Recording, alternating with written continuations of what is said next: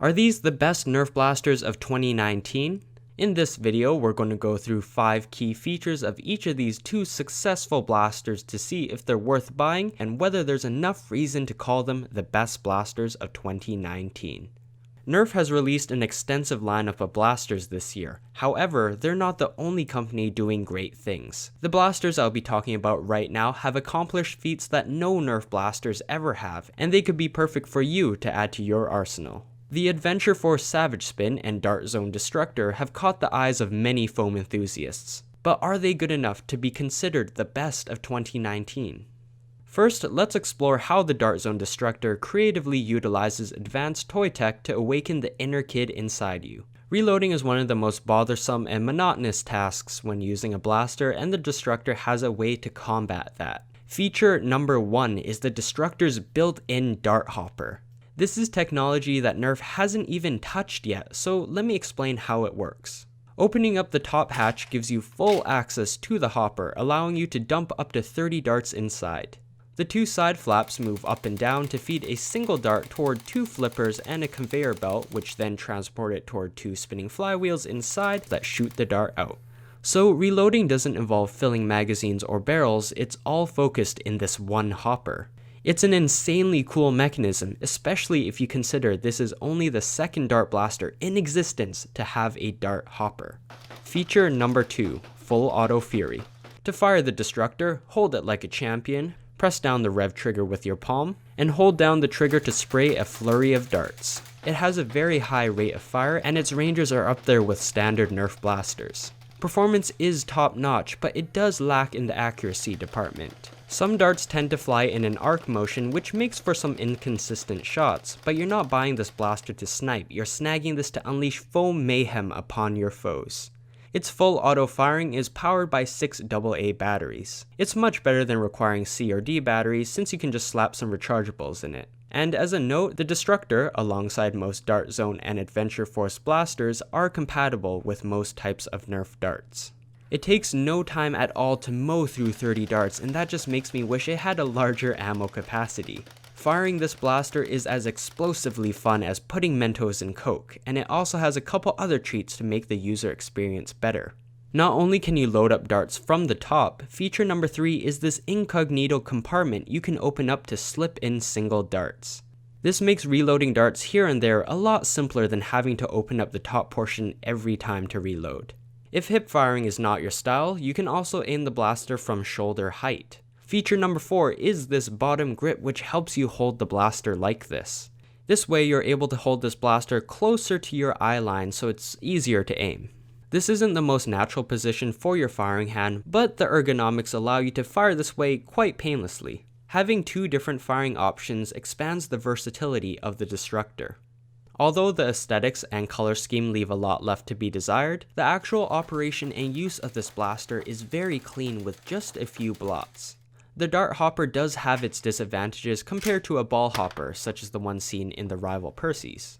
You can't simply dump darts in the Destructor, you have to ensure that every dart is facing forwards, otherwise the blaster will jam. This plastic snaky thing puts some weight on the loaded darts to help with feeding, but occasionally the last few darts end up bouncing around inside the hopper instead of being fired. This can lead to some inconsistent feeding that disrupts the rate of fire, but at least from my experience it hasn't jammed the blaster.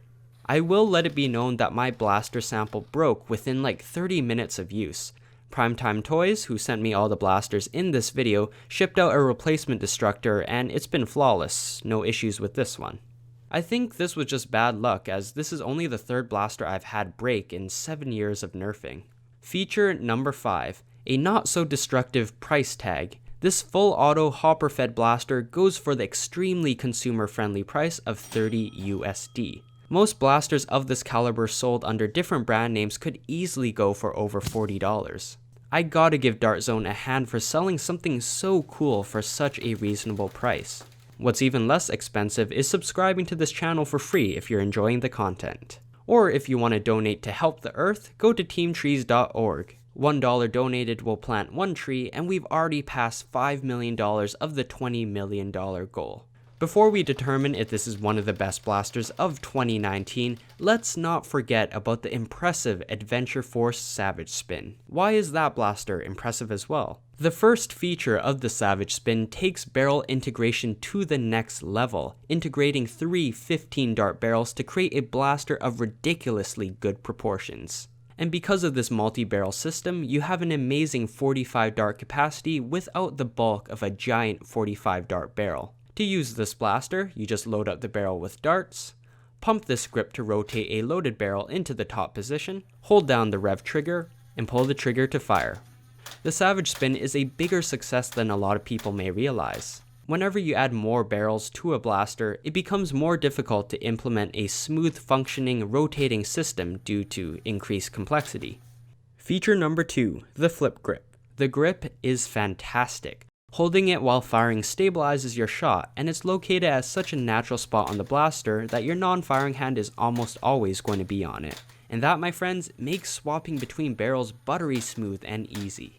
They nailed so many design features that collectively allow this blaster to be a savage on the foam battlefield.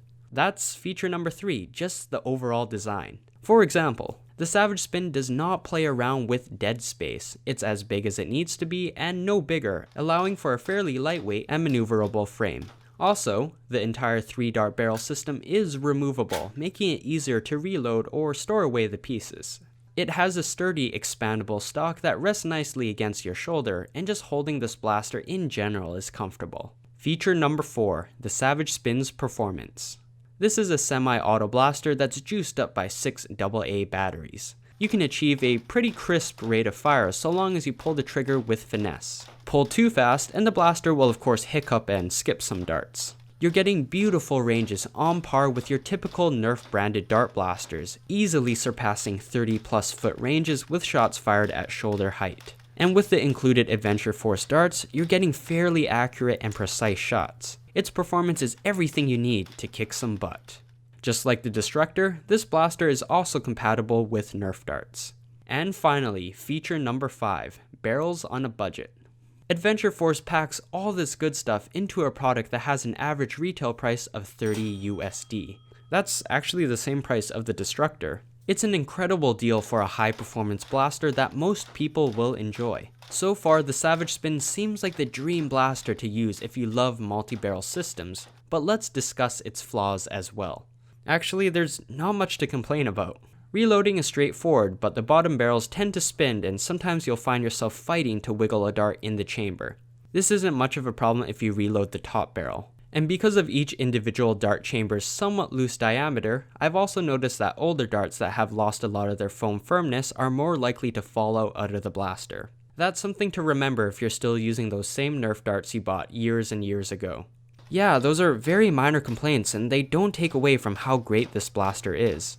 The Destructor and Savage Spin nail so many things such as high rate of fire, high ammo capacity, powerful ranges, ease of use, and price. And that's why it baffles me that the brands who made them are also responsible for 2 of the most disappointing blasters I've used in 2019. If it sounds like I'm going off topic, just hear me out and you'll understand how this part is related. Primetime Toys sent me these 2 blasters alongside the Adventure Force Tactical Strike Sentry and Liberator. These blasters were created to compete with the Nerf Rival line, being compatible with Nerf Rival rounds and being close to or on par with Nerf Rival performance. However, they ended up being quite abysmal, and I don't take pleasure in saying this. The Sentry is a 6-round pistol and the Liberator is a 10-round shotgun, both exploring different methods to reload your blasters. So what's wrong with them? What it comes down to is design. And I'm using this as an umbrella term to reference both ergonomics and the internal design. The Sentry mainly suffers from uncomfortable grip and priming handle design that makes your hands feel tired after firing for an extended period of time.